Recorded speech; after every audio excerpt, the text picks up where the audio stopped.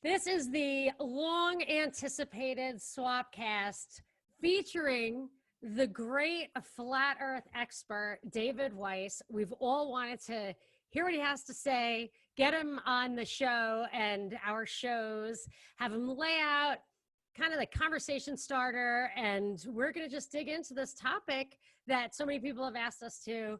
It's the Swapcast of the ages. So I'll just let everybody say what their shows are and we'll get it started. I am Monica Perez of the Propaganda Report and the Drive Time News Blast. And our technical host, let's go that way. E. Willie, what you got? Hello, I'm E. Willie with Truth or Theory with my sidekick co-host, JP. We're excited to be here. Yep. Pumped. Maddie, what you got? Hey y'all, I'm Matty K from Erase the State, and I am excited to get flat smacked today. Bry, the CE5 guy, tell us what you got. You got a little bit more to say, don't you? Because this is new. It is very new to me. I'm more here in a student mindset. I'm part of the Aliens and Ascension podcast. We haven't published our episodes yet, but that's coming soon. And yeah, I'm really honored to be here. Andy? You got to unmute. Come on, Andy. You got to unmute. Bottom left, Andy. Sorry, guys. I'm brand new to this. I'm going to be joining Brian. I'm also brand new to this. I met Brian through the CE5 program. If you want to know why I'm called Avian Andy, I'll be happy to tell you. That's a very long story. And I'm just excited to get involved in kind of this podcast community. All right, let's do it. David, do you want to just dive in, share the screen, show us stuff? We're going to do audio and visual. So if we're going to post some video too, but for people who are just listening podcast wise, then you're going to try to walk us through some of your visual aids. Are you not? I'm going to do my best, but I'm so excited to be here. Is it Bry, the CES guy? You have a show called Aliens and Ascension? Yes, with Avian Andy over there. All right, so we're going to talk about aliens because aliens and flat Earth merge together. There is an explanation, and it makes a lot of sense. My name is David Weiss. My YouTube channel is the initials for Deep Inside the Rabbit Hole, just DITRH. I specialize in short videos. Like when I put out a 6-minute video, people go, oh, a documentary, right? So my videos are short and to the point because to get somebody to listen that is just living with their lifelong programming of flat Earth, which is you're an idiot, you're a moron, we've known it for 500 years, the Greeks have proved it, boats over the horizon, all the stuff. They think it's ridiculous and won't go to a feature-length movie about it. So I feed them little bits of information. I'm kind of like a crack dealer, just giving out a little tastes. Because I was that guy. The podcast I did was Deep Inside the Rabbit Hole. It was all about conspiracies, aliens, everything. And then Flat Earth came up, and people started sending me Flat Earth videos, and I banned them from my social media. I wouldn't watch a 1-minute video because it's ridiculous. This was 6 years ago, okay? And then finally, I was speaking with fellow researcher Sophia Smallstorm, and we were talking about some of the crazy deceptions that are going on in the world. And I was just overwhelmed. And I said to her, Sophia, there's so much deception in this world. And she goes, oh, David, it's worse than that. I'm like, what now? And she goes, I think the Earth might be flat. And I'm just like, are you kidding me? And I actually just short-circuited. She sent me a couple videos. And I said, that's it. I'm going to prove the globe. I'm not even going to debunk flat Earth. I'm going to prove the globe because I don't even know what flat Earth is. And 2 weeks, 0 sleep, very little food. I came out the other side going, oh my God, we don't live on a globe. I still wouldn't admit that the Earth was flat and stationary, just like we observe, but over time, I'm now the host of the Flat Earth podcast, available on iTunes, SoundCloud, every podcast player has it. I am host of Monday Night Raw on Truth Frequency Radio with Jeranism. I am talking to you guys. I have 3 major interviews today. I'm booking interviews all the time. I've been on InfoWars, Veritas Radio, SGT Report, I've been on so many shows, and it's growing. And with the bottom line is, people go, this is the last thing. This is the scenario when someone is like, the Earth is obviously a globe, and they give you, what about this? And they shut it down. Next thing, what about this? Shut it down, shut it down, shut it down. They go, like, everybody goes, what difference does it make? It doesn't matter. Flat or round, I still have to go to work tomorrow. Okay. That's how we got into this crazy situation that we're in this world right now. Because when you don't know where you are, what you are, or who you are, and you think you're lost in space on a spinning speck of nothing, after a crazy evolution chain happened and created you with eyes and everything and fingers that work, you are lost, and you can be convinced of anything. So that's why, even now, with the insanity in this world, I am pushing the truth, the true Earth. Okay. I like to call it the globe lie, because that's not as triggering for people. And there's a big answer why. We'll get into that during the show. How's that? Sounds great. I love that you're coming at it from that, because my one thing was, hey, if you live on a prison planet, do you really care what shape it is? That's the whole thing. You make a good point. It's very important to know who you are, and that whole evolution thing. So for me, that the Darwinian stuff, even dinosaurs, I'm kind of like, they created a history for us that I find implausible, but it does negate context, meaning, and I think that's why they did it. But what would it mean to actually know the true story? So I'm open to what you think the true story is. So let you know, there's two types of people that defend the globe. People that just defend it because they don't want the rug ripped out from underneath them, and their egos can't handle that. And then there's a smaller group of people that maybe they're paid to lie. Maybe they're part of the deception. I think there's very few of those. There's more just people that are so indoctrinated, they will fight to protect their globe, their ball. They don't want their ball taken away, their children, okay? And those are the ones that don't even know what their model is. Who here knows how fast the globe Earth is spinning, according to science? I should know. You should know, but you don't. For listening to your show, what is it, like 66,000 miles an hour? Well, the wrong motion. It's spinning at 1,000 miles an hour at the equator. Okay, so if you're on the equator, you're moving 1,000 miles an hour. That's 1.5 times the speed of sound. Okay, that alone should prove that the Earth doesn't spin. Okay, that's just ridiculous. Okay, it's orbiting the sun at 66,000 miles per hour. Okay, that's a speed that you can't even imagine. Okay, while it's spinning and orbiting, it's chasing the sun, which is flying through space at over 500,000 miles per hour. And that entire system is going sideways at over 1,000,000 miles per hour. Okay. But every year, like tonight, if you go out and chart where the stars are in the sky at midnight or 10 o'clock or whatever, and then next year at the exact same night, go out at the exact same time, all of those stars will be in the exact same position. Every single one of them, it will not have moved a fraction of an inch. Okay. That's impossible with all of these motions going on in a beehive crazy galaxy. Okay. So with that said, who believes we live on a ball? Are we done? I believe that we live on a ball. And I'll tell you one reason why I think I saw it, but I'm sure there are other explanations for it. I once flew in the Concorde, which was at 60,000 feet up, and it looked like I was seeing the curvature of the Earth. Like, it completely comported with what I expected, and I saw it. And on a journey around that time, I had a big business trip, and I flew from New York to Frankfurt to Singapore to Indonesia to Tokyo to LA to New York in about a week.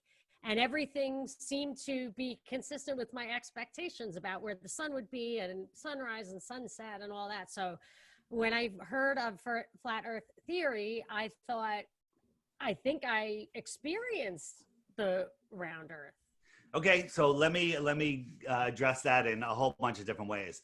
First, Neil deGrasse Tyson, the high priest of the helio nonsensical model, says that you can't even see the curve at 130,000 feet. Concorde flies at 60, 50, whatever. Let's call it 70. Let's call it 70. 60, yeah. Well, he says you can't see it at almost twice that height, but I don't believe anything he says, so we'll just wipe that off the table. You are looking, when we look. Actually, the fact that he says this is the most compelling argument against it, to be honest. All right, nice. So the way we see is, our eyes look into the distance and the ceiling and the floor converge due to perspective. The sky and the earth, the ceiling and the floor in a long hallway will converge. Have you ever been to one of those long Vegas hotels? The ceiling and the floor touch from one end to the other because the angular size gets so small you can't see the difference. So that's how our eyes work. We see to a point of convergence, whether it's 10 miles or 100 miles or 500 miles, it doesn't matter. We see when we're looking forward, we'll call that 12 o'clock, we see the merging of the top and the bottom. Well, at 1 o'clock, 2 o'clock, 3 o'clock, 4 o'clock, all the way around, it's the same distance. And if you plotted that out, you're plotting a big flat circle, okay? And in your mind's programming, when you see that curve, you think sphere because you've been told you live on a sphere. I took a picture of my dining room table where the shadows were just right, and then I blurred the table so you couldn't see what the texture was, and I told everyone it was a sphere, and they believed it, okay? It's because of programming. It's because of what you expect to see. The other bigger thing on the Concorde, it's never one thing, is the windows are curved. The windows are curved, especially at the edge, and that curves the bottoms down. When you look through even a regular windshield on a plane, regular plane, it's at an angle and the horizon moves because you're looking through angled glass. But you're looking out a curve, and just that tiny bit of curve and your expectation, you're seeing a sphere. But I have yet to see a Concorde picture that shows a curve. People are like, well, what about this picture? And you put a line on it and it's straight. I can't, I'll never be on it again. I don't even think they fly it anymore. They retired it for some reason. I wonder why. One blew up on the runway, but that could be why. But so did the Hindenburg, but that's a whole nother Yes, podcast. And they don't use airships anymore either. Yeah, there's a reason for that. Oh, I'm happy to hear all of it. But anyway, so all I can say is my memory, which was, I worked a lot back then and I could barely stay awake on the thing, but I just remember looking out the window thinking, wow, that is freaky. But it doesn't mean anything. I can't evaluate it now. Yeah. So this behind me, I have a shot from a balloon that's up at 110,000 feet. And that's the Earth. If you look at the horizon, it's completely flat. But more importantly, look at the sun. Does that sun look like it's 93 million miles away? Or does it look like it's right over the Earth, over there? It looks like it's right there. And if I had a slingshot, I could probably hit it.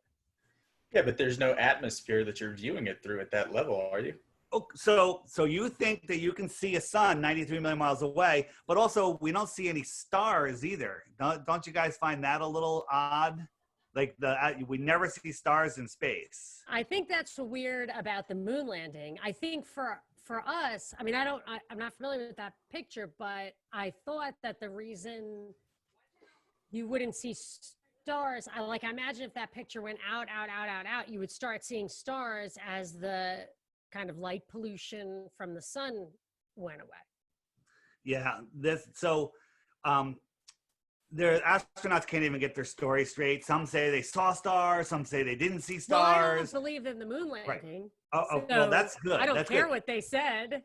We sent a balloon up at nighttime in the Arizona desert with high definition cameras looking up. And before it took off, we could see a beautiful starlit night. So we know that the cameras were set to see the stars. Okay. And as that balloon went up through the clear sky, you think it's even going to get clearer and brighter, like when you go to the top of a mountain away from the city. Well, what happened was by the time it got to about 80,000 feet, almost all the stars were gone. Okay. You want me to explain that? I can't explain it. Okay. I don't know the answer, but the heliocentric model makes no sense. We're still in the atmosphere. We have less pollution, less clouds, less everything, and the stars are all disappearing. There's only a couple balloon shots above that show stars off in the distance. So if I don't know that that's what you're saying is true. I don't have that. Of I course. I'm not familiar with that. So maybe I would definitely, though, if I witnessed that, I would dismiss it. And I would say that the reason was maybe the way the looking sideways through the atmosphere at the stars or whatever. I don't know. But when you get through it, are you saying that you never see stars again? Nobody ever goes into space? We don't believe that space exists as it's described. Yeah, But what do you believe? So here's the thing. When you're trying to prove the shape of the earth, like right now, if I told you guys, look at the lights in your ceiling and tell me what shape the floor is based on the lights in your ceiling, that's ridiculous. Okay? We can't go up. So anything we see in the sky, the only true thing that we can say is they're lights. The sun, the moon, the stars, and everything else that we see is a light because we're seeing light.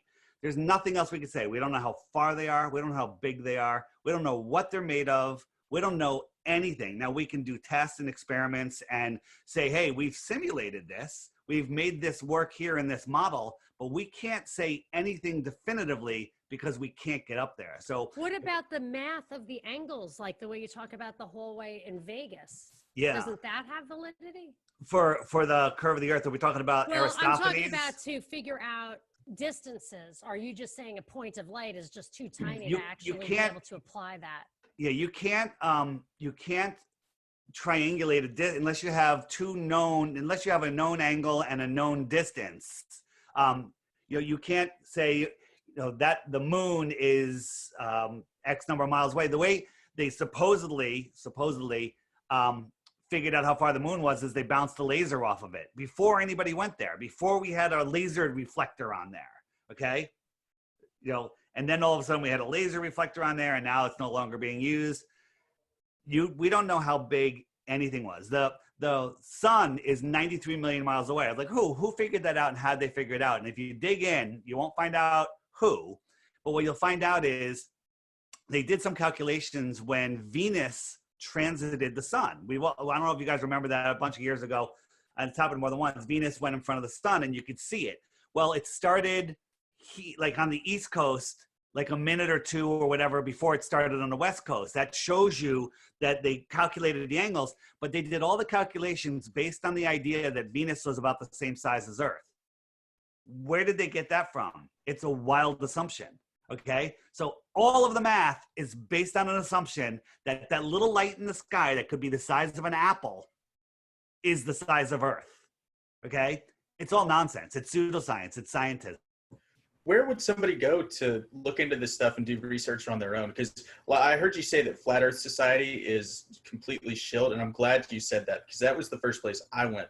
That's how they get you. It's called a gatekeeping, government-controlled opposition site. If you Google Flat Earth, that's where you get taken. And then they have a little bit of truth and a bunch of baloney. Like the Earth is rising at 5.8 meter or 9.8 meters per second, and that's gravity. Well, that makes no sense. We don't believe that. We don't believe the Earth is moving. Nothing like that. We don't believe that gravity is due to mass. And we have experiments that can show you that that's not true. They also have, the turn up flat Earth floating in space. People that fight the flat Earth, they think that we flat Earthers think that Earth is a pizza and all of the other planets are balls. Okay. We don't think that at all. Everything that we see in the sky are within the Earth system. Okay. There's lots of people that say, flat Earth is a religious thing, because there's so many Christians in flat Earth. My podcast partner, Matt Long, he is a Christian, and he always leads with Bible verses. I never lead with the Bible verse. I lead with the science, and I go, and by the way, it's in the Bible. The Bible in Genesis says, God separated the waters from the waters and created the sun and then the moon. And don't quote me on Genesis, but it's all there. But if you don't believe in the Bible, that's useless. It's useless information. So why go there? Everybody could look at science, right? Hey, speaking of science and gravity, I'm curious to hear what you think gravity is, because Einstein, general theory of relativity, says that gravity is basically a result of the curvature of space-time. And, back in like the 1920s, whatever, they had the scientists go for a lunar eclipse, and it proved that you could see the stars behind the sun that you shouldn't be able to see unless the light was bending around the sun. Okay, so if you accept the fact that space is curved, how could the Earth, which exists in space, be flat? Okay, so those are a bunch of wild assumptions that science is throwing out there. So in the flat Earth model, everything that we see, and no offense, I'm just saying that the science is throwing stuff out there. Like the one thing you said is the only way you could see that star behind the sun is if it curved around the sun. Well, what if that star was in front of the sun? Which makes no sense in the heliocentric model. In the flat Earth system, the Earth system, everything is within that we see is within the dome. I don't believe, and again, I can't prove because we can't get there, that any of those lights we see in the sky are physical at all. I think they're all focus points of energy. And there's so many videos out there of stars, you know, with super zoom cameras and telescopes that look like pulsing orbs of geometric shapes. They're amazing. And the only time you see a physical rock with features is coming from two sources, NASA and Disney. And Disney is more credible than NASA these days. So yeah, it's insane that people believe that stuff when you can look yourself. You know, you can see, get a Nikon P900 or P1000 camera, zoom in on these stars. I do. I have a telescope. Okay. It's a crappy little telescope because of backpack for hiking. And my husband set it up and he's like, check it out. And we looked at it and it was very cool. You could see Saturn and the rings around Saturn, and you could see Jupiter and 4 moons around Jupiter. But then when I looked again yesterday or recently, there were only 3 moons and they were in a different position. They were all in a plane. Like, well, one of them could have been behind it. I'm not criticizing. I'm just asking you, what is that? So what the moons basically are tiny little dots of light. Okay. Saturn is, if you had no idea what Saturn was, no one ever told you anything, you would say, well, it's a light bulb with a lit ring around it. So it looks like to me, like an LED ring around an LED light, you know? To say that it's a giant planet bigger than Earth with rocks and all of this is reflecting light from the sun, that every time you look at it, it's always perfectly lit. I mean, it's a light source. It is its own light. Here's the problem. You go to school, the teachers tell you, we live on a ball, you're a kindergartner. They spin the globe for you, they show you where you live, they tell you about gravity, and it's implanted. And everything, Sesame Street has astronauts on it. You know, all of the Teletubbies are about globes. It's all about globes. It's a lifelong of programming. But a guy in a bow tie tells you that boats go over the curve and they disappear from the bottom up, and you're done. That's it. You can believe that, and your day's over. Go take a nap, drink a beer, watch a movie. Doesn't matter. Okay? You're done. But if you want to know, you're like, well, could anything else cause a boat to disappear from the bottom up? You know, could there be another explanation for why the shadow, if it's a shadow on a lunar eclipse, is always the same curve? Okay?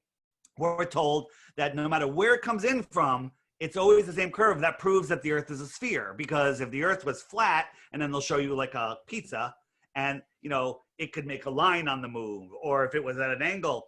But here's the thing. If you take a ball, Earth, a light source, and a ball, moon, right? I have to switch positions, right? And you bring the sphere in line to eclipse the other sphere, it doesn't come on like a perfectly curved, even curve all the way across. It starts out as a long ellipse, it morphs out, and then it leaves as a long ellipse because it's wrapping around the curve of the ball. It's easier to see it if you do the experiment yourself. Somebody just made a video, a raw video, where we're working on it to present it so people can see what's going on, but it doesn't go like that. So what causes a lunar eclipse? I don't know the answer to that, but I don't believe it's a shadow. I believe it's pretty impossible to believe that the eclipse is perfect. Do you ever think, is there any reason, does anybody know a reason why the eclipse in the You talk in about the a solar eclipse when the moon when goes over the sun. Yeah. And it's Yeah. just perfect. I mean, Right. it's absolutely perfect. Why would it be perfect? I wonder if anybody knows, like, even intuitively, a possible explanation for that. Because that does seem, I mean, The I don't know chances of that are zero.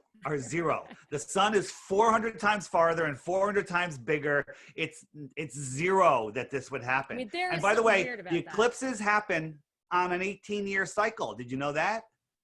There's 2 cycles that the eclipses go on. We know when all the eclipses are going to happen because they repeat again and again, like a clock. All right. There's these cycles. By the way, the picture behind me is just Google the latest picture of Pluto, and it has the cutout of Pluto on it. All right. It's not even a stretch. Right. That is an official photo of Pluto. Just took NASA photo of Pluto, and you'll see that Pluto, they got a perfectly lit shot as I believe it was the Cassini spacecraft is zooming by at 60,000 miles an hour, and it got a perfectly lit shot of a dim planet far out in the deep space. And do you know that Pluto, the planet, was discovered the same year that Pluto, the dog, was created at Disney? Coincidence. Which one happened first? Yeah. I don't know. It's a good question. The same year. That's a good question. But you to know, you have to find out. So I task you, Brad, with finding that information.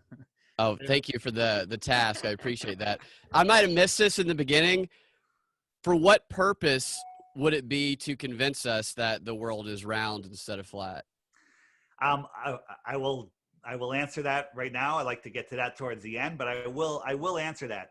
The reason is because if you knew that you are a free human being, that you are the center of creation and not a random speck lost in the universe. If you believe in the globe, you believe that nothing exploded, and it created everything.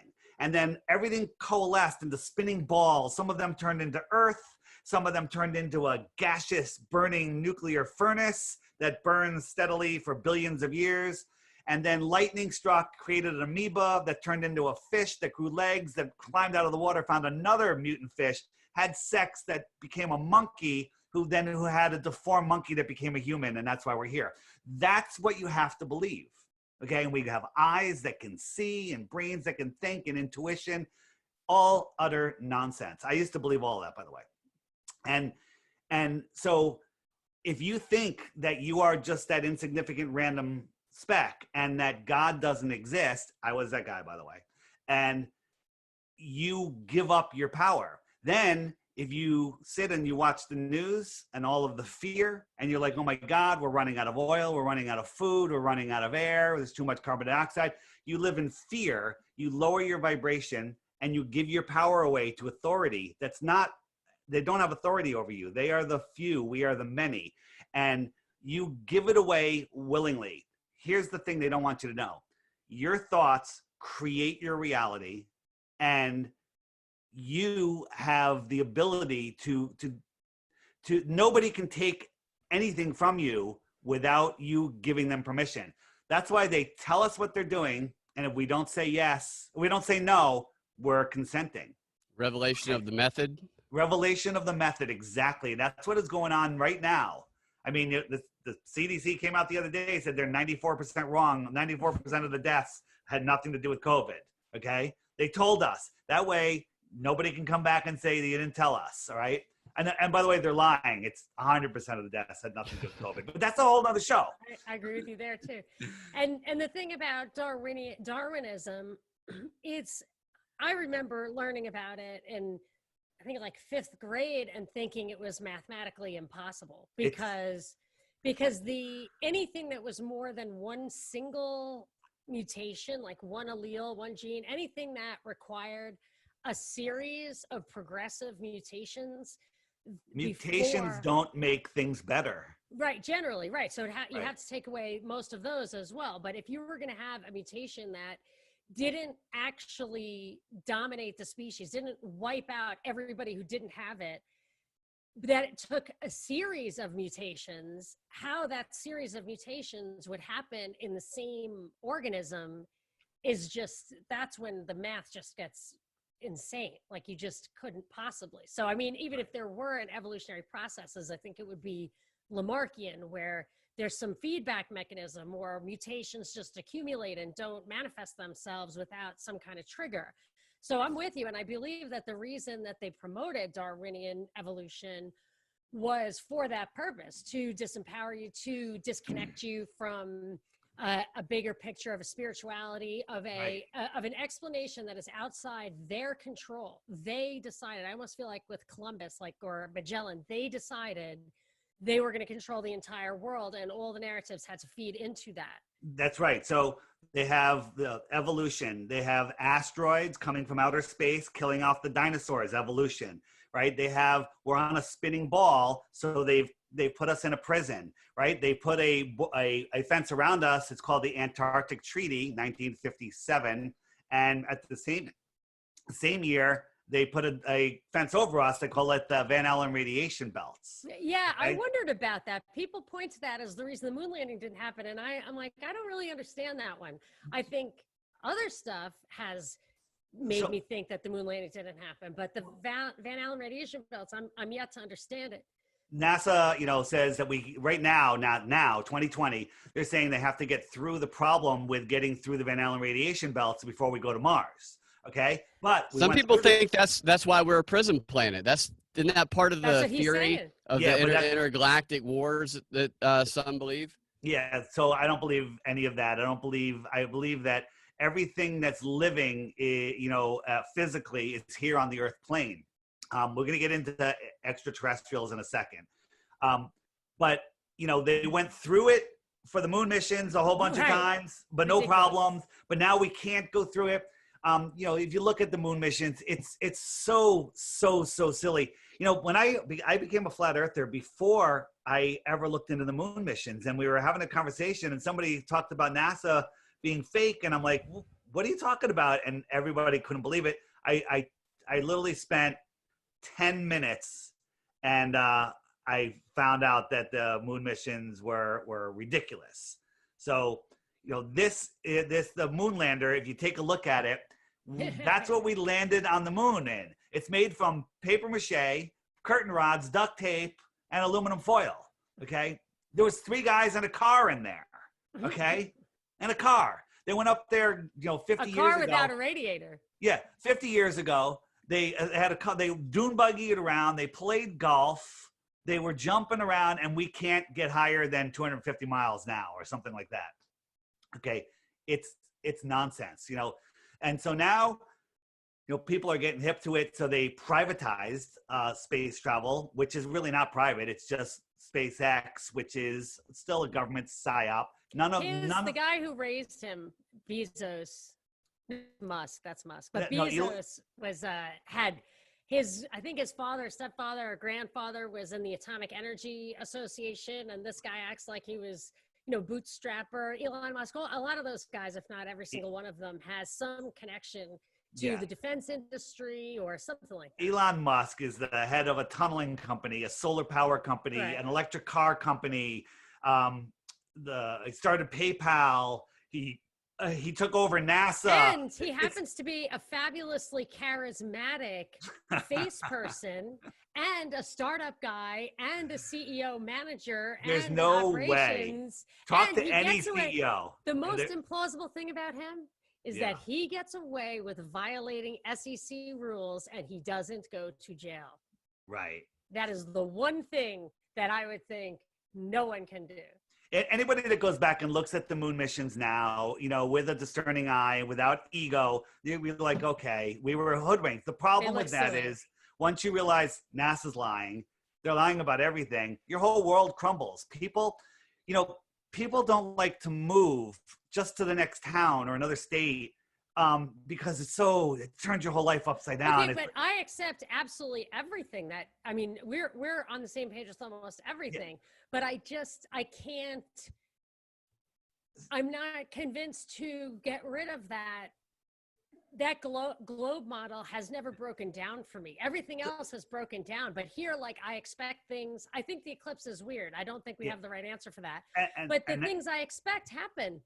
Right. In There's this so model. many. There's so many things. Well, here's the thing.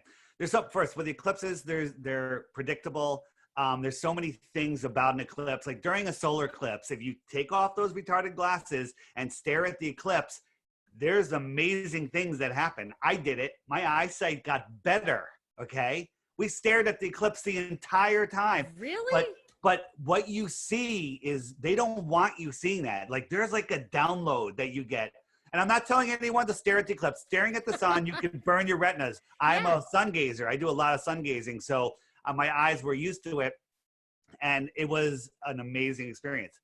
Again, can't prove the shape of the earth by looking up at the sky. You were just talking about something else. I had a good point. I just things that I expect in this model. I can predict that, I feel like it has never broken down. This model's never broken down. Everything else has broken down. So as we go along and as you think about things, there's 3 buckets. Works on a flat earth and a ball earth, okay? Works just on a flat earth, or the third one is works just on a globe earth. I've been doing this for 6 years, 24/7. Nothing falls into that third bucket. Nothing. Okay. At some point, you have to go, all right, something's up here. So as we go along, let's just look, like circumnavigation. I went from California. I went that's west. what I did.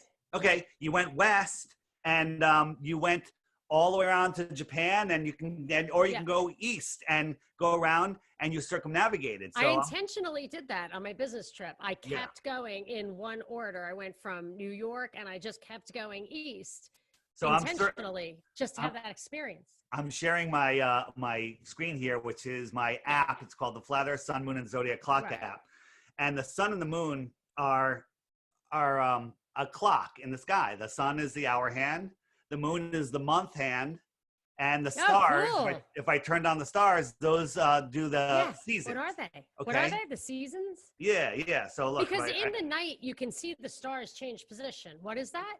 So there's the zodiac, and the stars will outrun the sun once a year. All right. So the sun will move backwards through the zodiac about once a month, and that way, because we're in what is the sign this month? I forget the names, but September. That's why is it Virgo.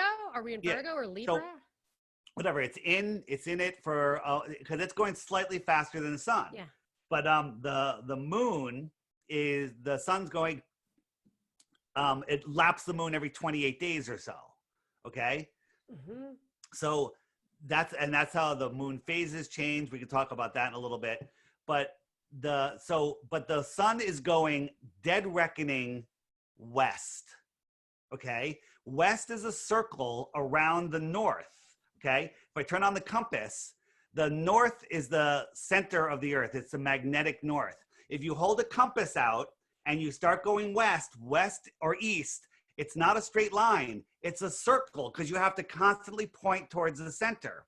Okay. If you were 1 mile from the North Pole holding a compass, the needle is pointing directly at the North Pole. It's an actual pole. Let's just pretend. Okay. And you started walking 90 degrees or 270, dead west or dead east, you have to turn to keep that compass pointing. So that works on a ball earth and a globe earth, by the way, both.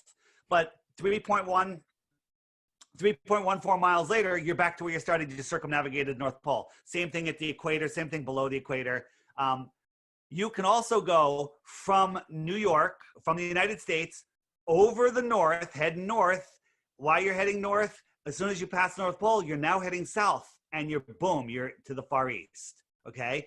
So you went north and south without ever changing directions. What nobody has ever done is they've never gone south, which is any direction away from the center, and come up the other side. You would just keep going. Nobody has circumnavigated the earth going south. That way, north. Yeah. Is that true? Right. What about the What about I guess the endurance? They didn't make it. Right. Well, so I'll be right with you in a second. There was a expedition that got the world's record, and you guys can see my mouse. It's going. They went like from the United States. I don't have the exact route rate, but this is what they did. They went down to South America. George, yeah. Then they went out into the south. Right. They came to a point. They turned around. They came back. Then they went over like to Africa. Then they went over here to the north, and they went around and they came back, and they said that's circumnavigation. It's not. They just went to the south, turned around, and came back. Nobody ever goes underneath the ball and comes up the other side. All right. Go ahead. Bri had a question, and then Andy. Okay, just real briefly, why would someone fly that way? Because looking at your map, it looks very dangerous, and it doesn't look very economical either. Thank you for that. That's a very pre-programmed response. But here, looking here, this is a map of flight routes from Santiago, Chile. If you want to fly to Australia, which is over here, okay, you fly all the way up over Mexico to America. You cut across America, and then you cut all the way down, and you fly to Australia. Okay, there's also, you can do it going the other way, but you know that, and they say, well, that's because they want to be near land. You know, they want because there's no place to rescue you out in the ocean. That's baloney. That's not even, if they just stayed at the same latitude as Santiago, which flew right over that short little distance over to Australia. That's a way shorter trip. And there's, Easter Islands out there in the middle somewhere, supposedly what they say. But the truth is, the reason they take that route is because it's the shortest route. What's the shortest route between 2 points? Everybody? Straight line. The shortest route between 2 Straight points line. is a straight line. Circle, right? Yeah, no, yeah. So here is that same route on a flat Earth map. It's a straight line. Okay? It's a straight line. Isn't there a new flight that goes direct though? Yeah, so this is the flight that goes direct. The flight goes a Qantas flight. It's not that new. Yeah. And there's a lot of flat earthers that say the flight doesn't exist. really We do had that. Max Egan go on the flight, and we tracked him the whole way. We did a 20-hour live stream. And so that flight, let me tell you some things about that flight. It varies like 5 hours sometimes. Okay, that's interesting. There's only one aircraft model of an aircraft that does that, and it's a special aircraft that only a small handful, like 5 different pilots, can fly, that are military guys. And it has 7 layers of crazy paint on it. Sounds like it's for heat to me. So we're to believe that in the 1960s, they made jetliners that can go 500 miles an hour, and today we still have jetliners that can only go 500 miles an hour. We can go much faster. We can go faster than the speed of sound. The sound barrier is not a barrier. It's just a mark where you break the sound speed, where you go faster than speed. But here's the thing. If you look here, I'm going to bring up the wind chart on the Flat Earth, Sun, Moon, and Zodiac Clock app. There's a current wind charts, and at 40,000 feet, let me pull it up. The winds are going, those that pink and red and white bands, those are 200 to 300 mile an hour winds, okay, that are traveling eastward, by the way. This is real live wind chart. So if you went into that 300 mile an hour tailwind, had a plane that could do not even the speed of sound, we'll call it 600 miles an hour, you're now going 900 miles an hour. And all you got to do is follow that tailwind around, and you can make that trip in the allotted amount of time. There's nothing special about it. Okay. But these winds change. Sometimes the flight is canceled. It's often canceled. Sometimes it takes 5 hours longer because they go across the center and they catch this inner band, which is going the other direction. But getting off the flight for a second, just think about this. This band of wind at 40,000 feet is going 200 to 300 miles an hour faster than the Earth is spinning. So if the Earth is spinning, that wind up here, which would have to be going over 1,000 miles an hour just to keep up, it's outrunning the Earth. It's outrunning the Earth. If you stirred some water or a milkshake or whatever, as you stir it, that outer layer, it lags behind. It doesn't keep up with the stir. It falls behind. On Earth, the winds outrun the spin of the Earth. Game over. The Earth is not spinning. Okay? It's not. Is Yeah, there if you don't- nothing? Yeah, go ahead, Amy. Sorry, if you Go don't ahead. mind, I kind of want to get back to a more fundamental question that I had earlier. You were talking about how we really can't trust a lot of mainstream accepted science because science is based on observations, and we just don't know if we can trust those observations. Like you said, how do we know the star's not in front of the sun, not behind it? But Can't a verify. lot of your points are strictly based on observations, physical observations. Such as? Well, you said when you go out to the atmosphere, you don't see a lot of stars, or you said that the Earth is moving at this many miles per hour. I'm not telling you. Those are all observations, right? Yeah, but hold on. I'm not telling you I know what the stars are. I'm telling you my observations don't match their science. Okay. But what I'm saying is, why do your observations count, but their observations don't count? They don't have observations. They have science. They're telling Right. us the closest star is 4 light years away. That's, I forget how many trillions of miles. Okay.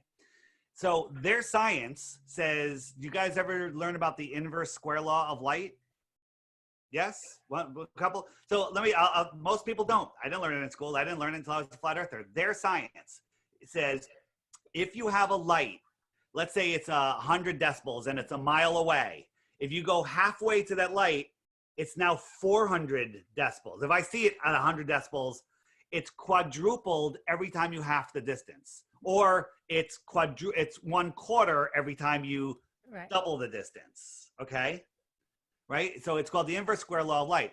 If you look at the moon, well, on a full moon night, if you're away from the city and you're looking at the moon on a full moon night, clear skies, you can see, you can read by it. It casts a shadow on the ground, right? Everybody agree? It's bright. It's bright enough to read by. So let's just say that's probably close to 20 lumens, but let's just say it's 1 lumen. Okay, we're going to give the globe every benefit possible. They say it's 238,000 miles away. You half that distance, it's 2. No, it's 4. You half that distance again, it's 16. You half it, half and half it until you're 100 miles away. It's millions of lumens at that point. Millions. Okay, and the astronauts take a picture of the moon, and it's like this. It's like a dusty, dirty ball.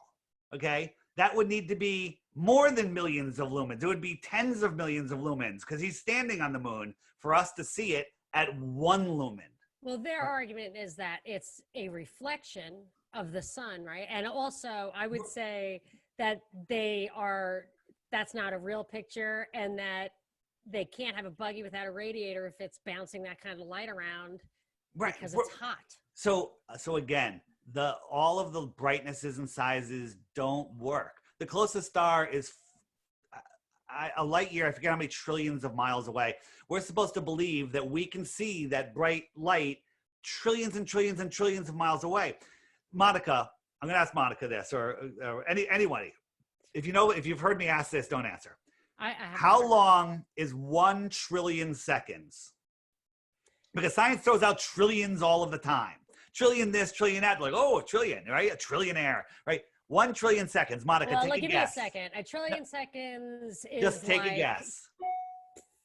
50 billion minutes. Okay, you and doing the math. All 6 right, but if you do the math, you're going to figure it out. hours. Yeah, A 1 I don't know. trillion seconds, tick, tick, tick, is 31,000 years. Okay? Okay, so now let's say 1 trillion miles. Okay, the closest star we're seeing is like 25 trillion miles away, and we're supposed to believe that we can see that light with our naked eye because it's traveling through space. It's nonsense. So but they don't say that it's trillions of miles away. Yes, they do. Say it's the 4 light years. 4 light years trillions is of miles. 25 trillion miles.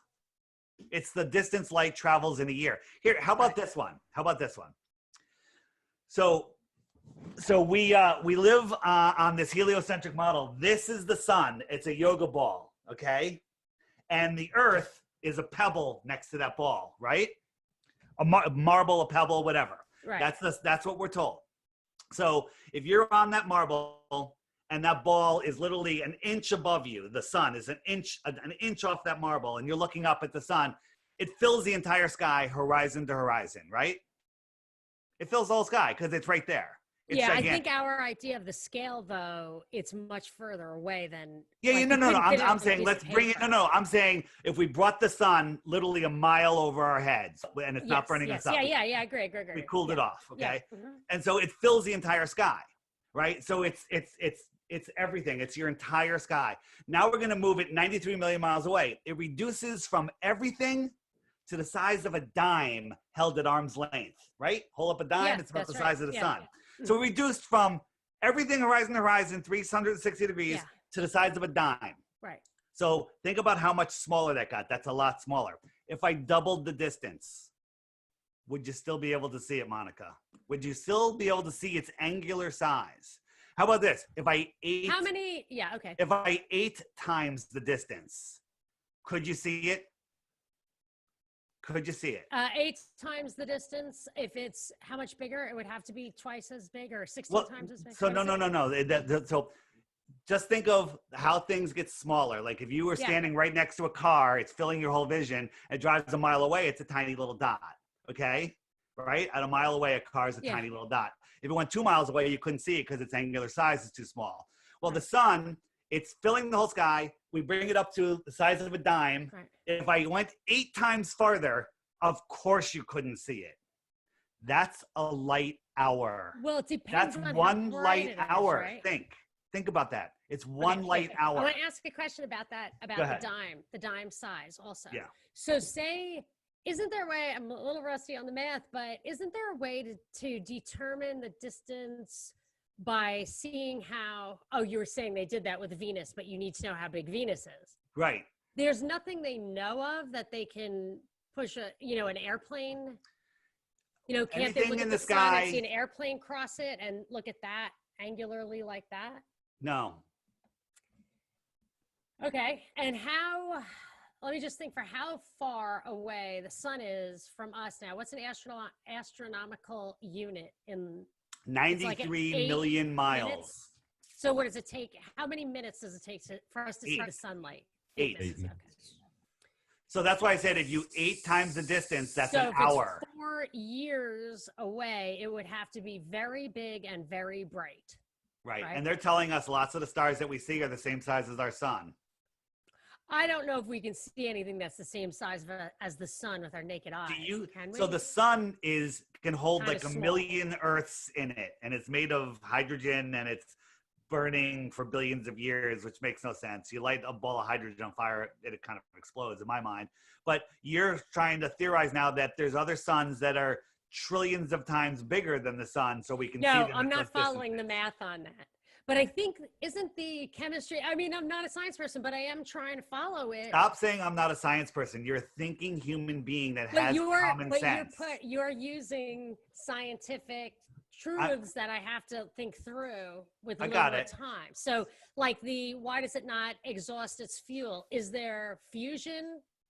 Is it all speculation? And some of the, right. But if you can come up with a speculative answer, isn't that kind of get you to dismiss that as an argument? No, I mean, I'm not speculating. Like if the sun is a burning ball of hydrogen, show me an experiment here on Earth where you can burn hydrogen and make it nuclear fusion. I mean, they ever hear of star in a jar where they put sound waves into water and a little star appears bright as the sun? Okay. I mean, they don't teach you that in school, but it's out there. Just Google star in a jar. Willie, did you want to say something or? Yeah, I have a question. It's a little off of what y'all saying right now, but as this is kind of more of a pitch towards what you're saying. I'd like to hear your perspective on it. So, if all of us on this planet, whether what shape it be, are working to make this a sphere type of mindset, but we can't get along as countries and stuff. Obviously, it doesn't add up. But United Nations, the logo, the crest, the symbol, whatever you want to call it, looks like a flat Earth, and Antarctica is off limits. That's really weird to me, and I never understood that. So, can you break that stuff down? And what's past the ice wall? Do you think it is an ice wall, or do you think it's like partially an ice wall, and then it's just a giant stage, and then we're all on Disney Studios?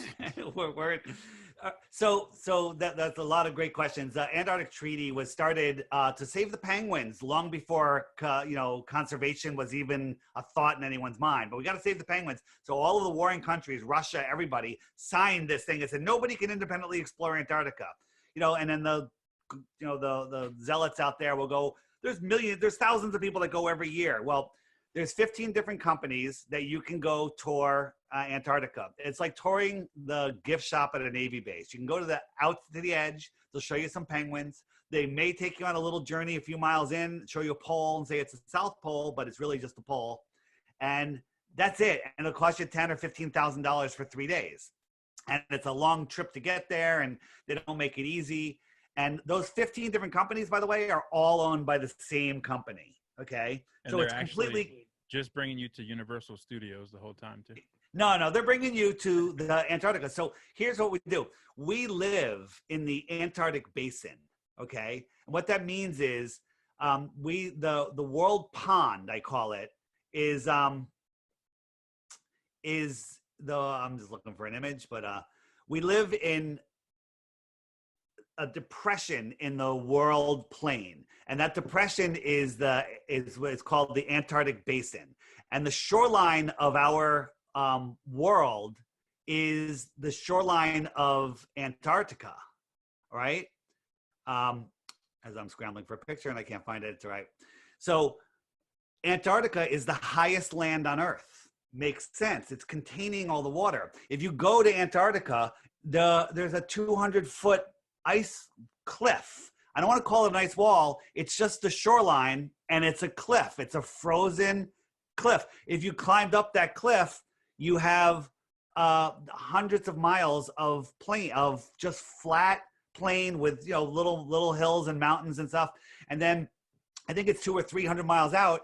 There's a mountain range taller than Everest around the entire thing. Nobody is allowed to go there. Does a dome connect to that mountain? Does a dome connect beyond that mountain? Is there other worlds beyond that mountain range? Are there other suns out there? We don't know the answer to any of this because nobody is allowed to go there. Okay? So the idea is that we're in like a snow globe type thing. Is that? Well, that's if you believe that there's a dome. There's no proof that there's a dome, although there's no definitive proof. If you know about the Go Fast rocket, some amateur guys in the Arizona desert had this big rocket, and they shot it up and went 73 miles super fast straight up, unlike NASA rockets, which curve out and crash in the ocean. It went up, and all of a sudden it went kerplunk and went right into something, and it stopped spinning. It was spinning really fast and went kerplunk, and it floated for a little bit, and it went into some sort of other medium. Do you know what people who believe that, what they believe the material is made of, the dome material is made of, what the snow globe is resting on or is powered by? The only way, the best information on that, I would say, look in the Bible. But again, I'm not a Bible guy, right? And I'm not even giving you my opinion on the Bible. But is it, in the Bible, it talks about a tent stretched out made of glass. There's also this thing called I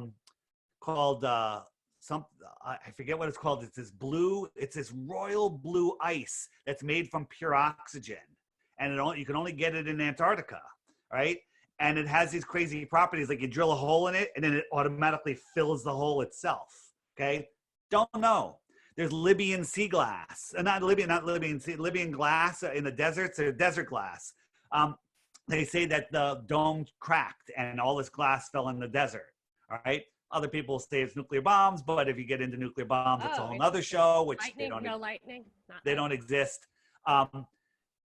We don't Does know. nuclear power exist? Yeah, nuclear power exists. Yeah, they take Okay. plutonium, they make it hot by letting it react with the water. It boils water, creates steam, and turns pistons. It's a steam engine. Got it. Okay, it's archaic. It's just archaic. And a little dangerous, I think, or is it not? Well, that's another thing. Radiation. That radiation. There was a guy. I'm spacing on his name right now, but he was going around showing how depleted plutonium was harmless. He would eat it and he would swim in the pools. And he's fine. yeah, I remember that. I did, and the idea of the nuclear weapons, I think Dresden was an example of a non-nuclear weapon of equal power, was it not? I mean, there's no need for the nuclear weapon concept. I think the firebombing of Dresden did the same thing. So the whole nuclear bomb thing is a scare. But getting back to Willie, is the countries, all these countries can't get along, all stage. How many battles were in the Cold War between America and Russia? How many people died? 0. It was nothing. It was all just a military industrial thing. It's all stage fair, all of it. That's now why there are Oppenheimer gave him the bomb, or supposedly gave him the bomb, so that there is no would be bomb. someone to create a defense war against. You need an enemy. We still do that to this day. It's all fear. There are no nuclear bombs. There are some big bombs like the Moab or whatever, but there's no nuclear bombs. There's no nuclear bombs. How do you know that? Because it's provable. Like if you look at Hiroshima and Nagasaki, which everyone will default to, there's video of them stacking dynamite at ground zero days before. Massive, massive cases and pallets of dynamite. And if you look at the blast radius, all of the the ground zero, everything was blown to pieces. But all of the buildings that didn't collapse throughout the city were the buildings that were fireproofed, and the other ones just burned down. So that doesn't fit with a nuclear bomb. Plants, there's never been a time where plants, animals, and humans didn't thrive there. 3 days after the bomb, businesses were open, the trains were running, and people were selling flowers on the street. Okay, 3 days later. Well, what did George Bush say after 9/11? Wasn't it go shop people? Yeah, but see, again, that's a whole nother thing that's coming up. But if it was a nuclear bomb, we have more cancer in the United States than they have. Okay, it's crazy. And then all of the reporting, if you were a reporter and you reported on it or took pictures, you were jailed. There was only one reporter from the Associated Press or whatever group that was allowed to report worldwide on what was going on there. Do you think there was no bad mutations and stuff like that coming out of Chernobyl? No, there's people living in Chernobyl right now that have lived there the whole time and they're fine. It's all. But you mean that documentary is not true, or whatever that show was they just put out?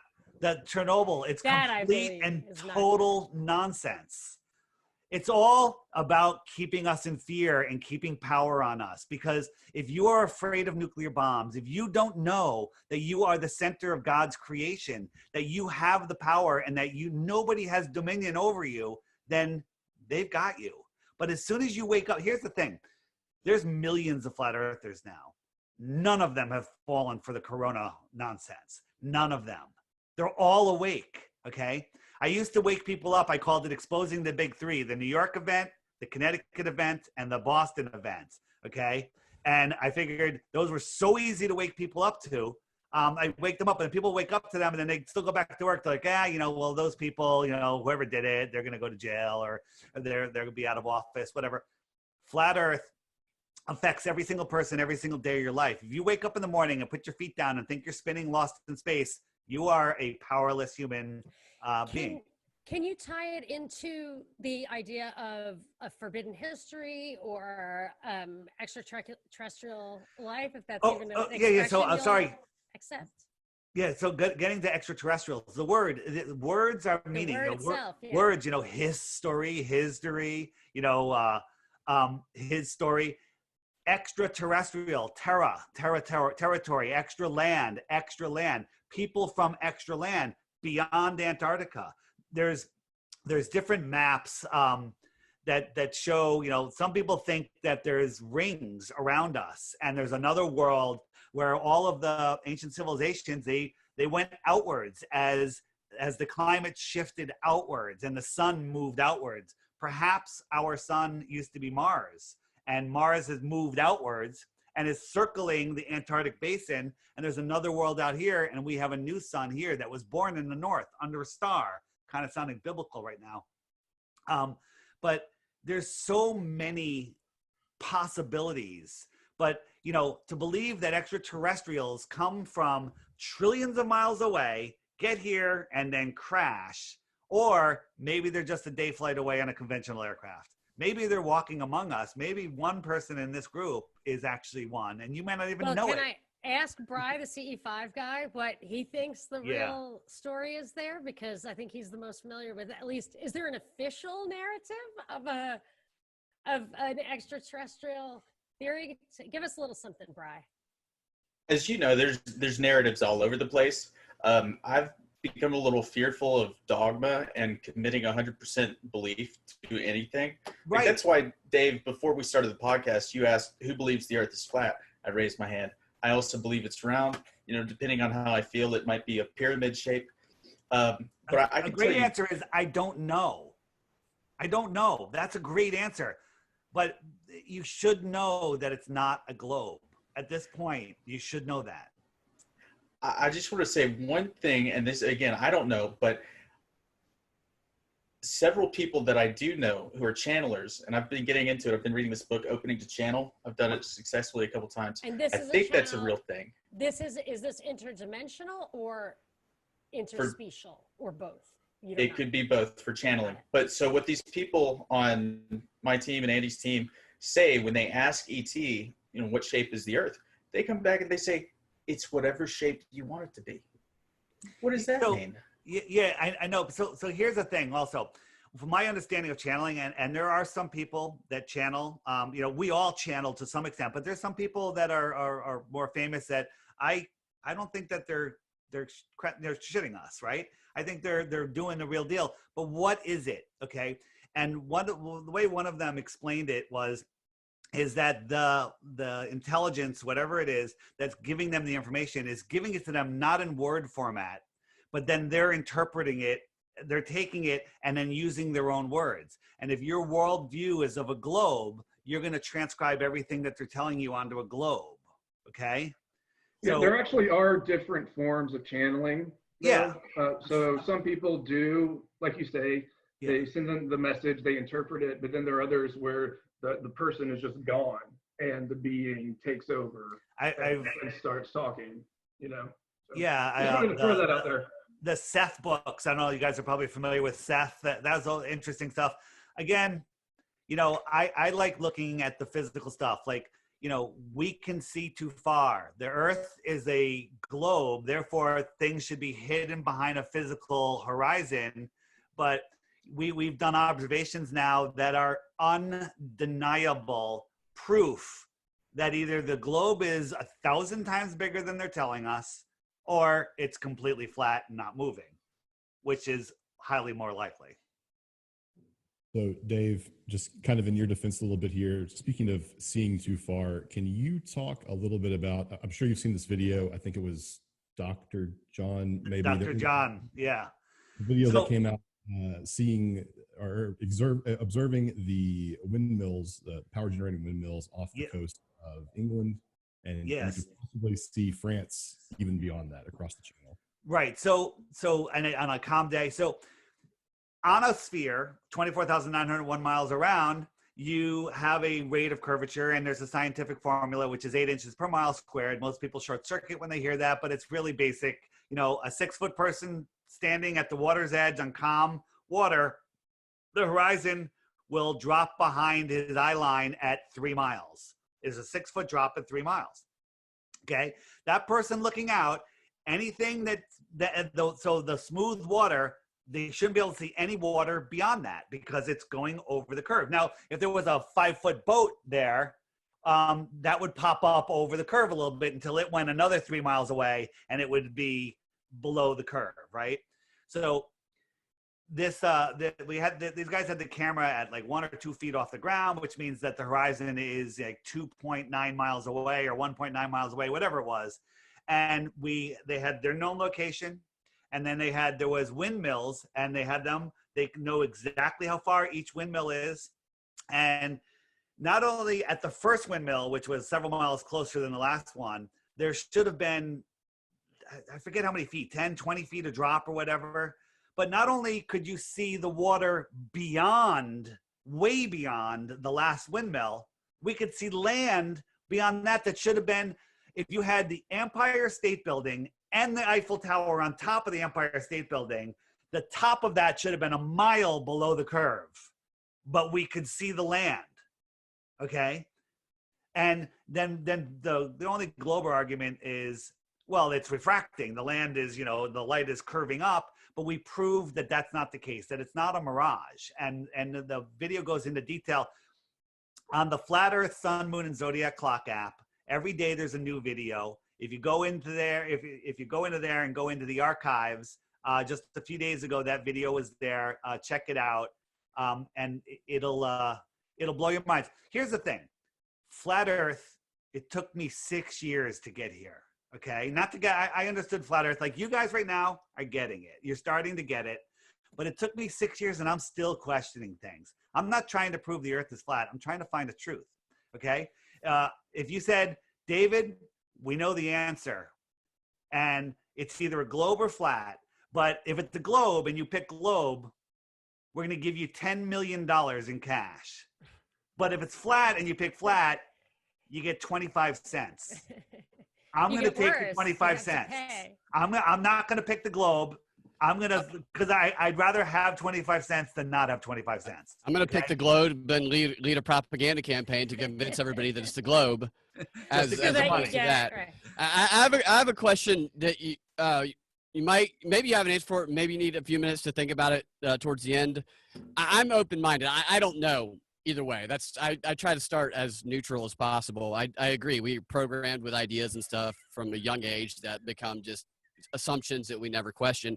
And as you can see, we're defying the laws of gravity here as people walking behind my camera through obviously the curvature of the earth behind me. And for all we know, we could be on a flat earth inside of a snow globe sitting on somebody's desk who lives on a global earth for all, or, I don't know. But the way that the CIA analysts the scientific method, the way that they overcome bias, their own bias, they try to anyway, is instead of trying to prove their claim, is to work hard to try and disprove their theory. What's the strongest argument against your theory that you have had to confront? The strongest, the one that's the hardest to answer is southern pole star rotation. Okay.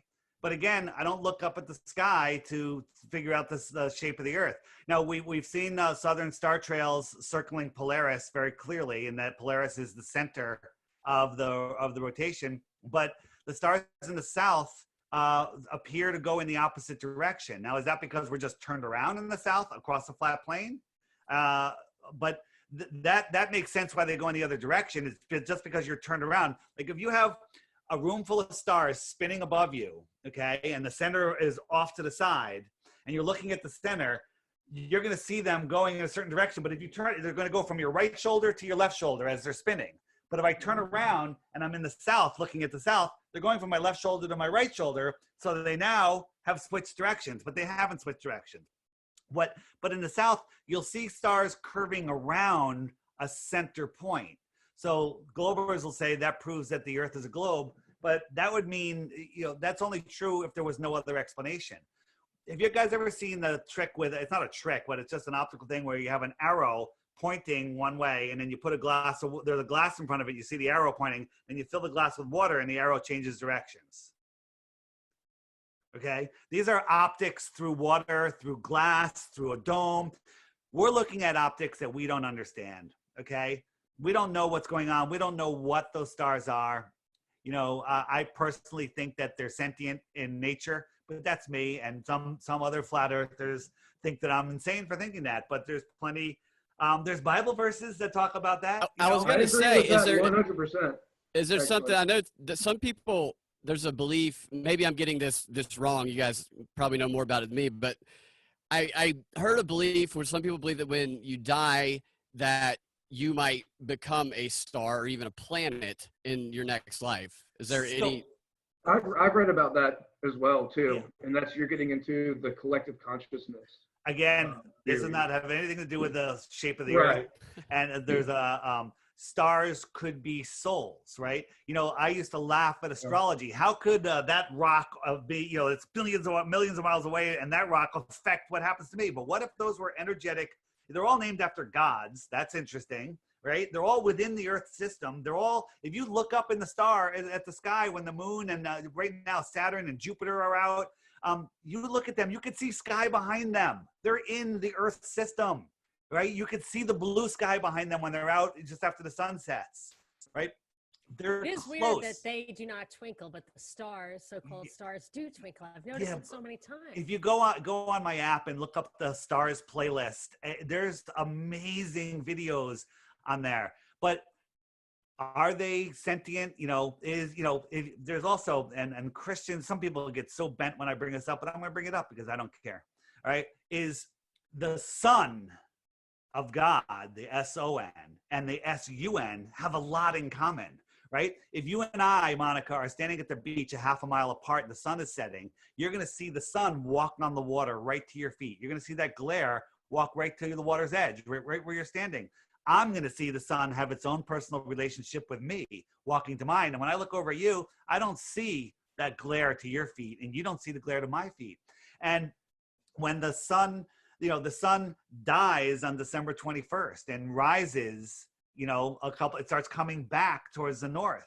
I remember I was in Peru once, and I was at the Inti Raymi festival, and they were absolutely worshiping the sun as the life giver. And if you neglected the sun, he was not going to come back and give you life. And the similarities between that and the sun is responsible for all life and all food and everything that's living. Without the sun, we have nothing. Imagine this. One other thing I have to ask you though about the more concrete stuff that somebody had asked me, but finish your sentence. Imagine this: the sun disappeared, went away, right? And for a long period of time, like maybe that thing I was talking about when Mars, you know, was our sun, could have been our sun, moved out. And so you have all these nomads living in the north, and all of a sudden a new sun was born underneath the star. What would everybody, all those Eskimos do when they saw that new sun? They'd go, my savior, okay? And they would worship the sun, all right? There's so much to it. But again, this is all, you know, some of it goes with the Bible, some of it doesn't. I don't know. There's a lot of that in the movie Zeitgeist as well. I don't know Zeitgeist talks about it. I did a talk, you know, if you go to the flatearthpodcast.com and click interviews, I did a talk with Sophia Smallstorm about the outward flow of civilizations. It's like a 20-minute talk about how these advanced civilizations could have moved outwards, south. That's south, that's south, that's south, that's south. If I'm in the center, every way away from the center, they could have moved out. Like if you woke up tomorrow and North America and everything at that latitude all the way around is frozen all summer long, everyone's going to move south, right? And then that's going to become the new Antarctica, and then a new sun could be born in the center, and these civilizations wouldn't even know about each other after just a couple generations. I have to reel it back for a second. Go ahead, when please. I had, We're out there. I used to have a call-in show, and I had a guy who was calling about just something irrelevant, but he called himself Flat Earth Mark, and that started a conversation. And one guy, real old guy, he was a chaplain, a naval chaplain, and he said during World War II, he remembers being on the ship that in order, now I have absolutely no idea how this works or if it's true, but he said they would literally drop beyond the horizon and aim guns, whatever kind of guns go that freaking far, and they would have to take into account the curvature of the earth. And I just wonder why he thought that. It's a story. We've had Navy gunners talk to us that are saying that they're laser pinpointing targets 100 miles away. There's over a mile of curvature at 100 miles. Well, I think well over a mile, but whatever it is. And they're not accounting for that? They're laser pinpointing. They're putting a pencil laser on the target. And then, when they shoot a missile at it, they might have to lob it because the missile. I was going to say, don't they? They might have to lob it because if you dropped a bullet and shot a bullet at the same time, they're both going to hit the floor at the same time. One of them is just going to land a half a mile away. Okay. I could never get my mind around how that concept that you could drop it straight down and drop it. Well, I'm shooting it forward. Nothing is propelling it upward, so it's just falling. So it's falling. It's falling at the same rate. Okay, so if they're shooting something, they have to figure out the drop rate, and other people go, "Oh, that's because of the curvature." No, that's because of the drop rate. All right, that's it. But they would know if they had to also compensate for the curvature. I want to hear from JP. Go ahead. What do you think, Willie, your partner in crime, gonna speak up? He's puzzled. I'm honestly, I'm sold on a lot of things, and also I don't know. All right. Here's the thing. You're gonna be like, okay, it's interesting. That makes a lot of sense. You're gonna come up with more questions. Anybody that wants to find the truth, when you come up, all right, I think I have the flat Earth killer. Go to somebody and say, hey, how do you guys answer this? And we have the answers. Let me just show you one more time on the app. Okay, and I want Maddie to think about if he thinks there was a flat Earth killer. I'm just giving you a warning, Maddie. I'm not going to put you on the spot right this second. So on the app, there's a button that says a question mark. When you hit that, it has the top 21 questions that people ask. Like where's the edge, or what about the pictures of Earth, or why the lie? And if you click it, up comes a playlist of all the videos that answer that. And we've done so much work on this. And so if you get the app, you'll be able to answer all your questions. But what I tell people is get the app and watch the daily video. Today's video is Earth is Not What They Tell Us. And during the week, it's a short video. During the weekends, they're longer videos. I'll probably put this up on this weekend for people. And if you watch the video every day for 2 weeks, you'll at least know that you don't live on a globe. But this is what happens. That people go, I got your app and I took the challenge, and didn't want to wait, so I hit the archive button, which was the little play button next to the daily video, and I haven't stopped watching videos for 2 days. I hate you. The Earth is not a globe. I've lost all my friends because I didn't take your advice and I started telling them the Earth was flat. Don't tell anybody that you think the Earth is flat.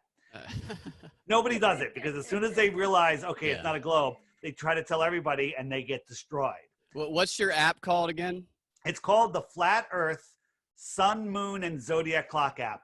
It's the worst name ever, but there's a reason. If you just go into the Google Play Store or Apple Store and type in Flat Earth Clock, or even just Flat Earth, it's the #1 hit. It's by Blue Water Bay. Just look for the name Blue Water Bay.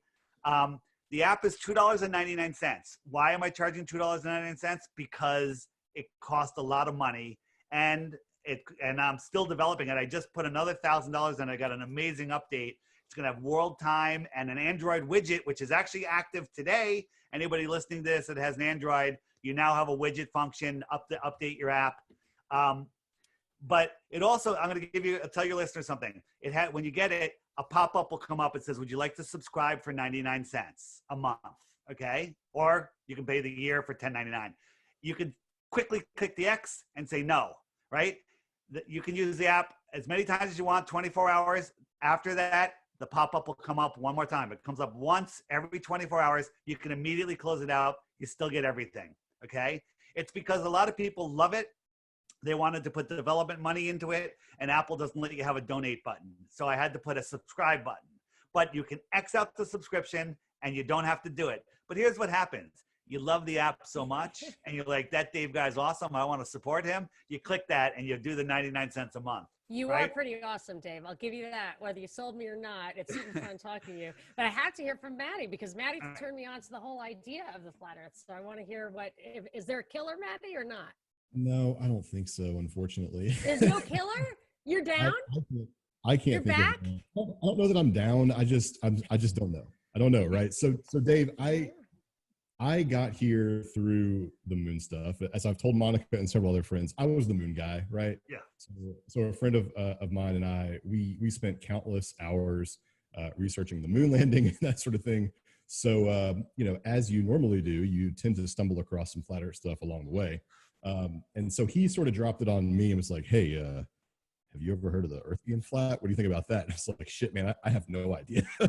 So, then we spent better than I did. I called people morons.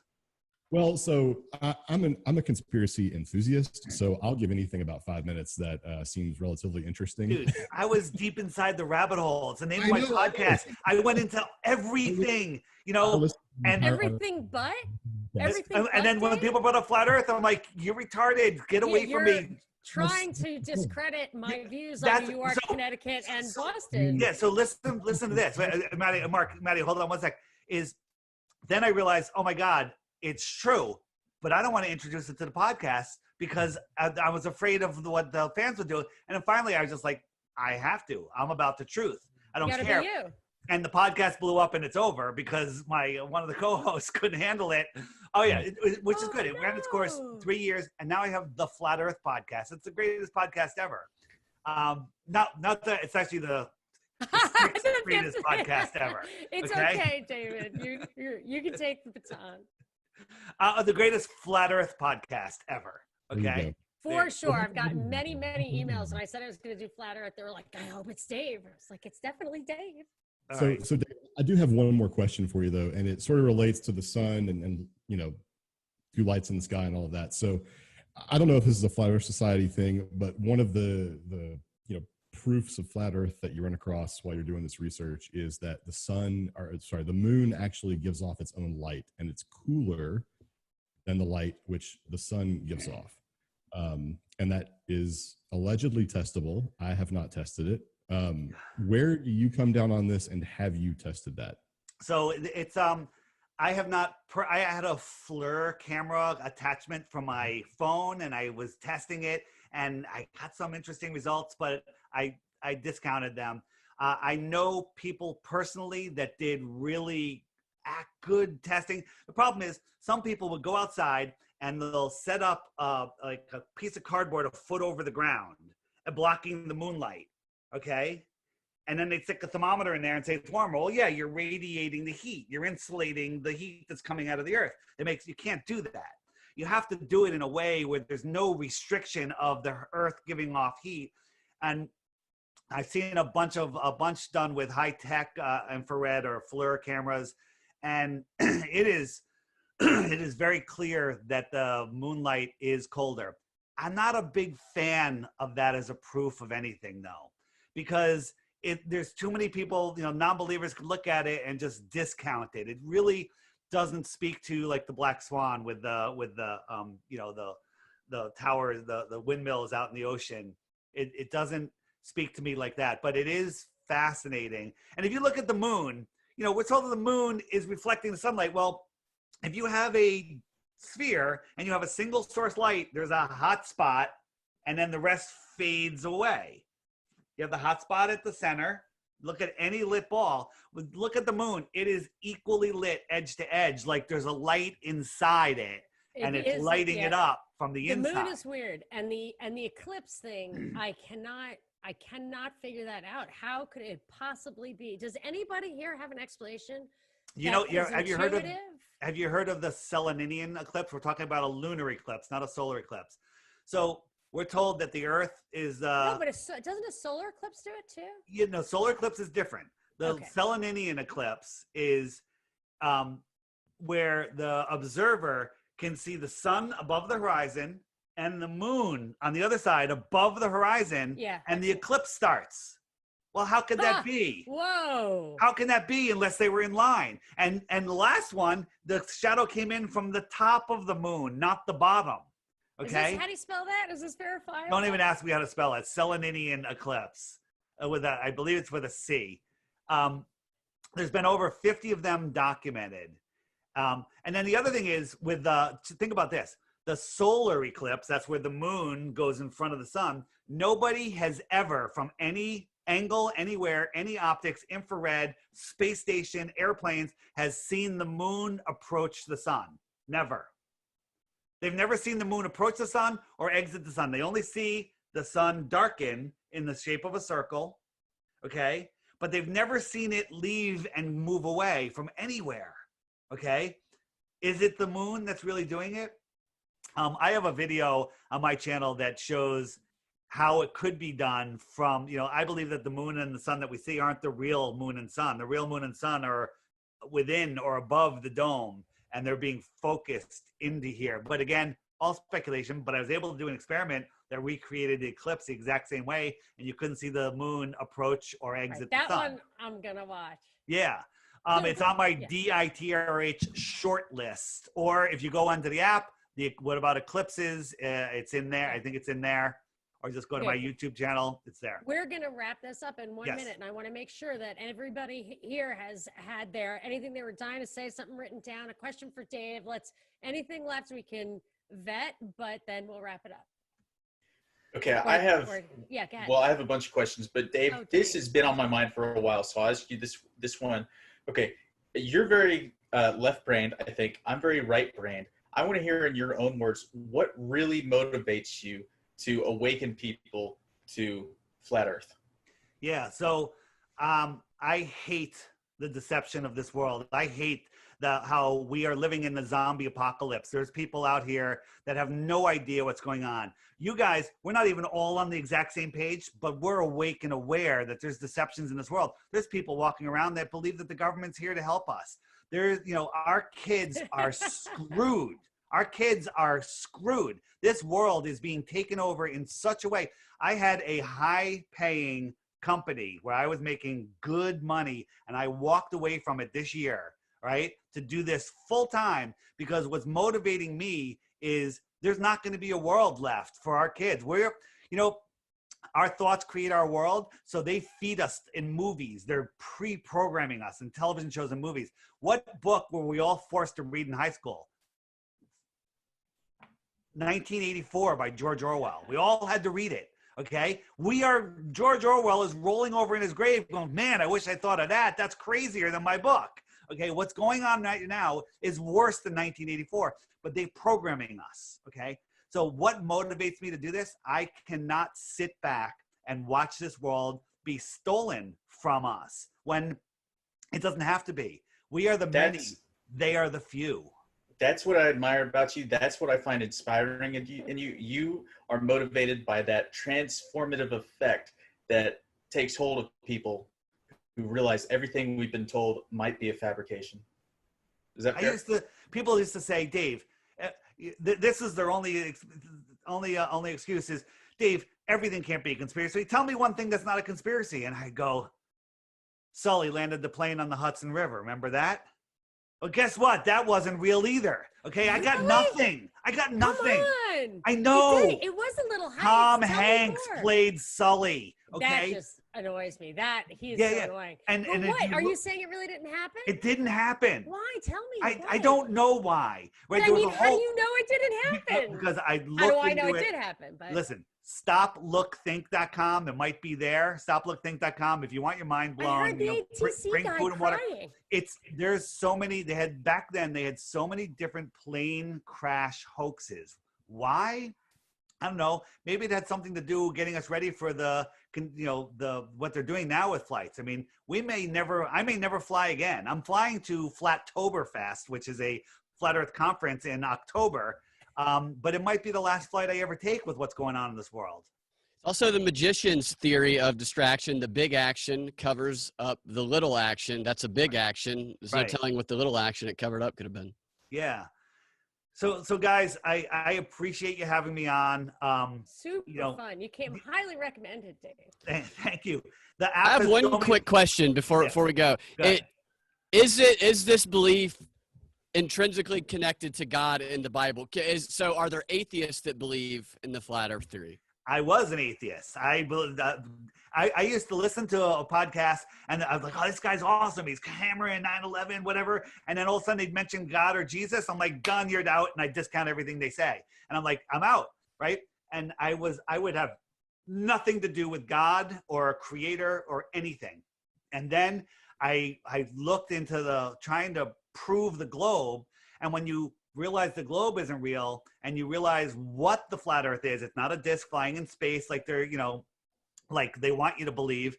Then you realize it's intelligently designed. And then you realize, oh, fuck, it was intelligently designed. That means there's a creator. And that's where I stop. I stop right there. I go, there's a creator. You figure it out. You figure it out. And now if you start looking at, the Bible has over 200, there's a video called 200 verses, Bible verses that talk about flat earth. And it's in there. There's one verse that talks about the circle of the earth. Well, guess what? My table's a circle, a pizza's a circle, a coin's a circle, and so is the earth. It's a circle on a flat plane. Well, I think that pretty much does it. That's a great place to end. And I can't tell you guys what a pleasure it was to hang out with you and have my mind expanded. The last thing is, you may, if you take comments on your social media and stuff, you'll notice that the haters won't offer a single proof. They'll just say moron. They'll just call me names. They'll call you idiots. Guy called my show. They'll say we've known for 500 years. Last point, I want to make one more point for your listeners because everyone brings up sticks and shadows. Aristophanes with the sticks and shadows, he figured out the shape of the earth 500 years ago, and he'd be the most famous mathematician back then. But there was other mathematicians that came out of the same area in the centuries following, and none of them ever mentioned him.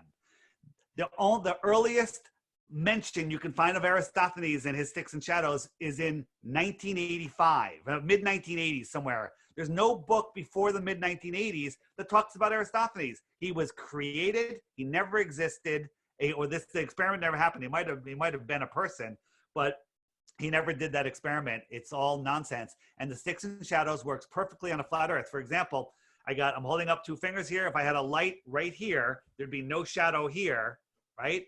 But that light over here would create a shadow. Okay, you can do it on your table.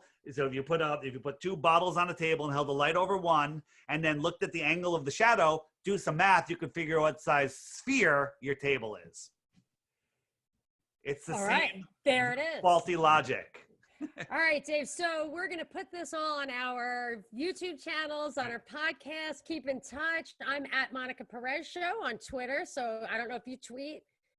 The FE podcast, the FE for Flat Earth, the FE podcast. Not a huge tweeter, but go ahead. If you guys all send me links to your shows, I'll share them. Can we rattle through, guys? Just say who you are and what you're doing real quick, just so I know we're on the way. I have the Flat Earth Podcast Facebook page, but the best way, get the app, okay? And there's all the information's there. If you want to find out about the True Earth, check it out. The Flat Earth Sun, Moon, and Zodiac Clock app by Blue Water Bay. All right, that's awesome. Thank you. So we have the Truth or Theory podcast. We have Erase the State, and we are the Propaganda Report. And Bri, what's your podcast called?